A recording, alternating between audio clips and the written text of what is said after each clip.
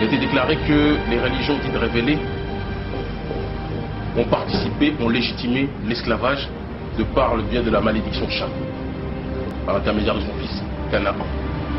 Malédiction de Cham qui a permis en 1454 après Jésus-Christ de donc légitimer, de pratiquer l'esclavage en enlevant à l'homme noir et à la femme noire sa logique de l'islam ou d'autres au motif qu'elle serait contre notre être.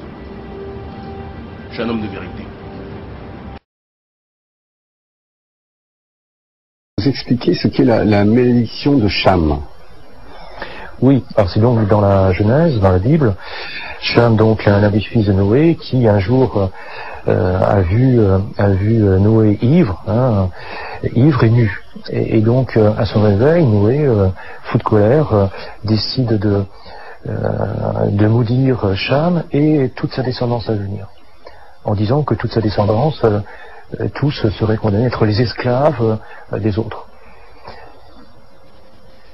Ensuite, très longtemps après, on a imaginé que les descendants de Cham étaient des Africains. Et donc, c'était un moyen de légitimer finalement la traite.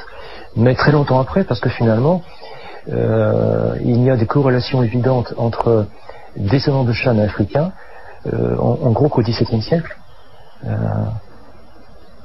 Très longtemps après, donc.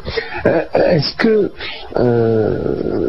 c'est parce qu'on s'aperçoit que tout ça est très dispersé, éparpillé, donc d'où l'intérêt de cette histoire globale. Est-ce que les marchands juifs ont joué un rôle dans les traites et dans le fonctionnement, l'établissement de ce système?